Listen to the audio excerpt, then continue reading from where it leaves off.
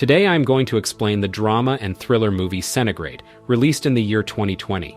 The movie is about an American novelist who travels to Norway with her husband for a book signing, where they get caught in a storm and fight to the death to survive. Don't forget to subscribe to get notified about our next thriller recap. The movie begins with the prologue, through which it is told that in 2002, an American novelist is traveling to Norway with her husband, and all the misadventures that happen after that are based on a true story. Naomi and Matt are on their way to Norway in an SUV when they get caught in a snowstorm and are forced to stop and fall asleep against their will.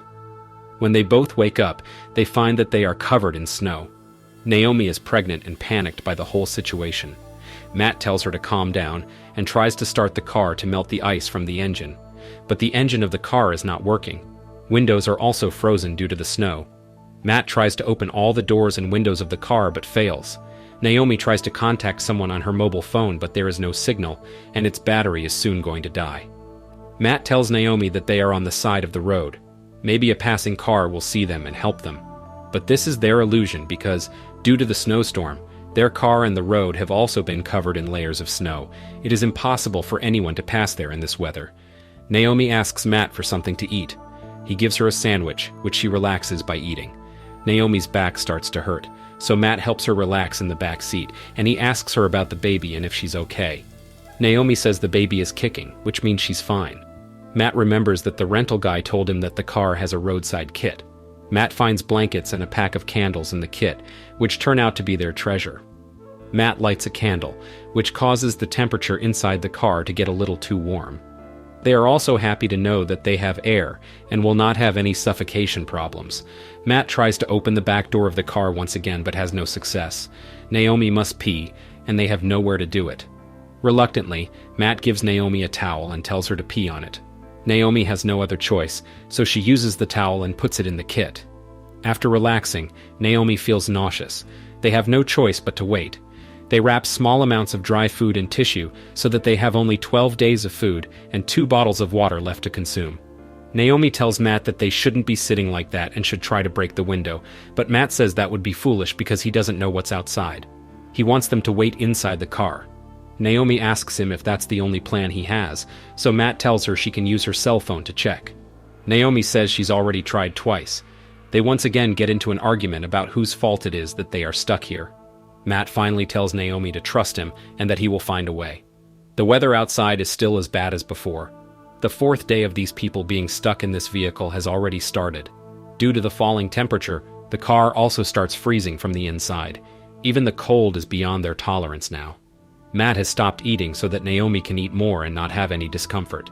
Naomi is writing stories to pass the time.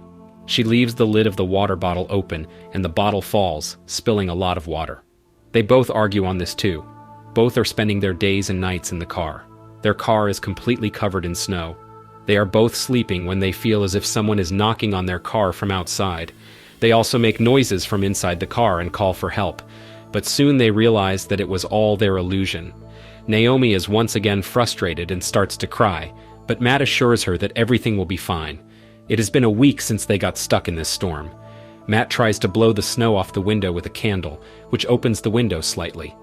Afterwards, Naomi is awake while Matt is sleeping, and suddenly signals from her cell phone appear. Naomi first calls her father and tells him that she is in Norway and stuck in the snow. Matt also wakes up hearing the voice, but the cell phone's battery goes dead. Matt gets angry at Naomi for not waking him up. It has been 9 days now. Naomi realizes that she took this risky journey to sign the book. She asks Matt what they will do when they run out of food.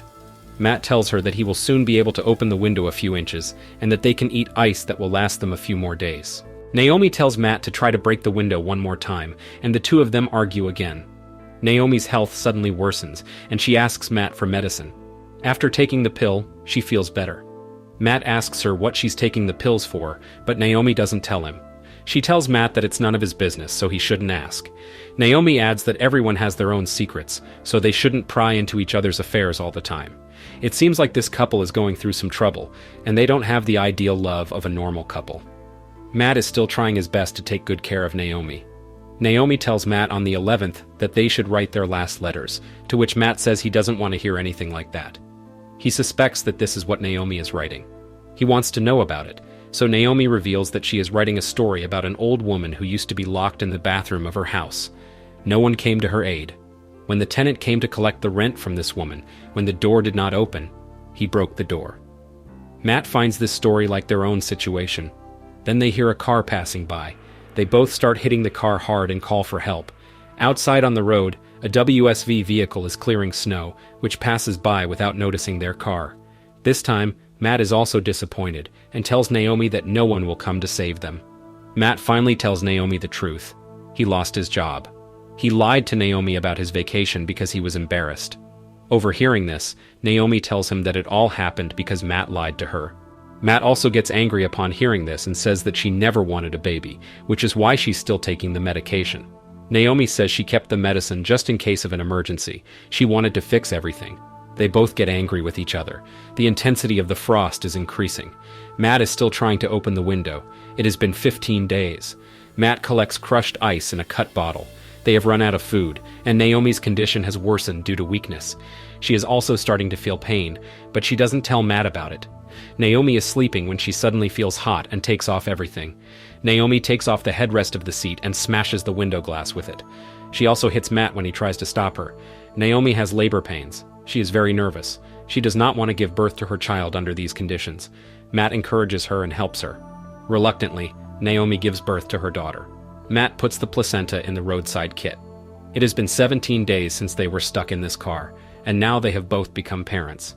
Naomi named her daughter Olivia. Matt also gives his warm clothes to his wife and daughter, causing his body to start freezing. His hands also started to get injured due to the crushing snow. It has been 20 days. When Naomi wakes up, she calls out to Matt, but Matt doesn't answer her. When Naomi tries to wake him up, she finds him dead. She is deeply saddened by Matt's death. Now she is left alone with Olivia. She doesn't want to weaken herself. She eventually writes a letter, but then tears it up and starts eating the paper.